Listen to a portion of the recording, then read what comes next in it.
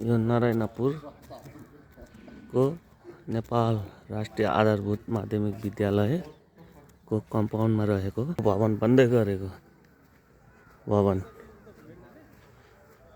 Engineer खतरा मान्नुपर्छ, designer चाहिँ किन खतरा मान्नुपर्छ भने यत्रो आँखाले देखादेखि सिमलको बोट हुँदा हुँदा यो भवन 2टा कोठाको बनाएको छ। एउटा कोठा ढलान भएछ, अरू कोठा चाहिँ यसरी भित्र परेको छ, ढलान गर्न पाएन।